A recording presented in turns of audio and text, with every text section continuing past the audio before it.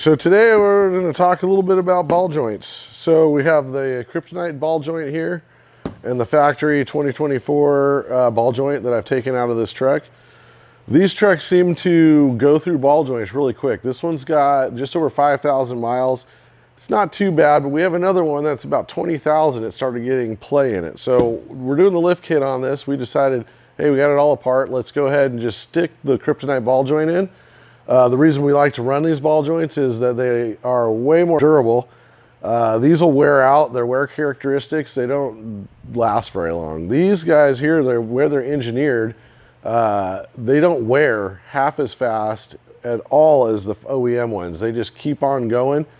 They're covered under that lifetime warranty as well if there is ever a problem with them.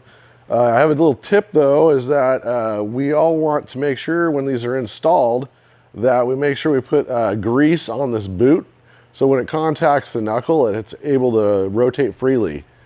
Because it is attached down here solidly at the bottom, the boot isn't going to twist on the ball joint. The tool I'm using today is basically a 3-in-1 press. Maybe seen this, maybe you haven't.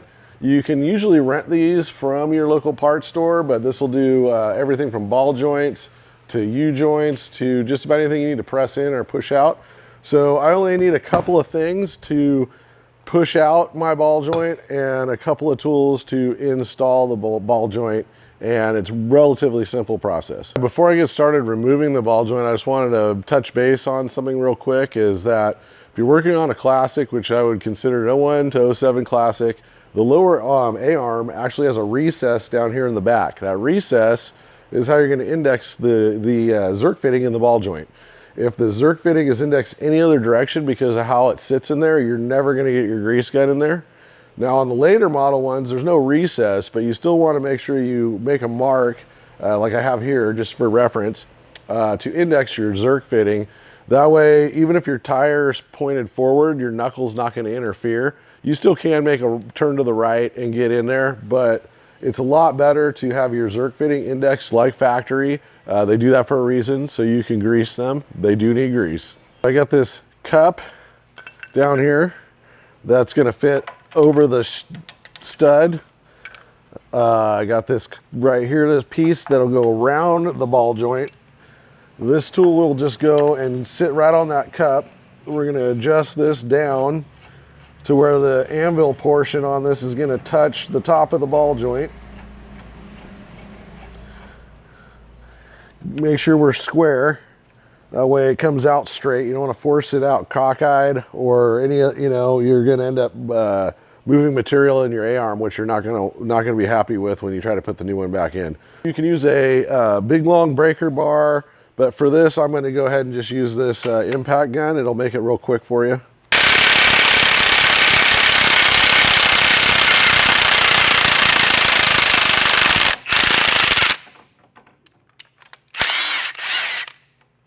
All right, that's about the size of it. That just pops right out. I have the Zerk fitting hole indexed back here to where my line is. I'm going to wait to put the Zerk fitting in just in case something slips. I'm not going to break that Zerk fitting off in the ball joint.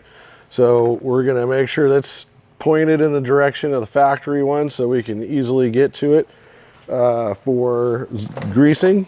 Take this tool, we're going to get it set up. It's just about the maximum height for this tool, so it's kind of a two-step install opposed to the one-step removal process. So first we're going to move it in, set it up, and we'll get it, make sure we're straight in the pocket.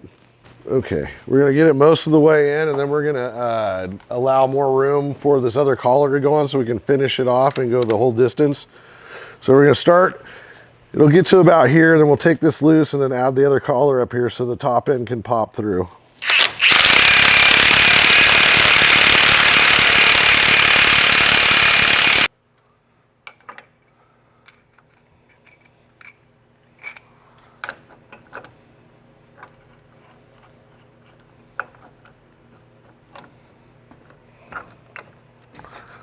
All right, now that we've made enough room, we can get this other piece in there. This will allow the top of the ball joint to protrude through the lower control arm. And this will just take it the rest of the way.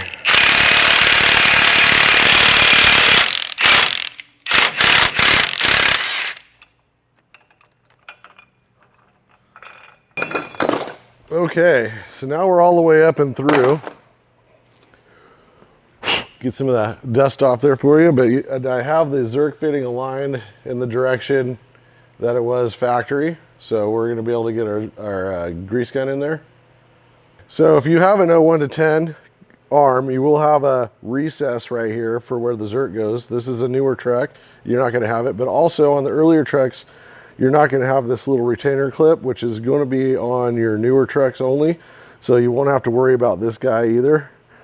But we're gonna stick that on. That's a little extra, you know, security for it. The factory one is actually swedged out into the arm. Now's the time we can put the Zerk fitting back in. We're just gonna snug this up. We don't need to go too tight. We're just snugging it up. And it's a 5/16, 8mm, same.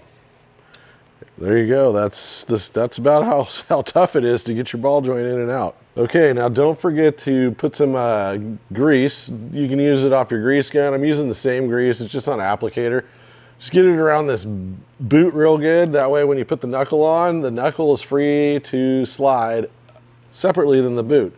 What we find is if these go on dry, they will eventually tweak this boot. We don't want that to happen. Your ball joint's gonna last you forever. The boot should last you just as long. Thanks for watching my installation video. Get your Kryptonite parts at DmaxStore.com.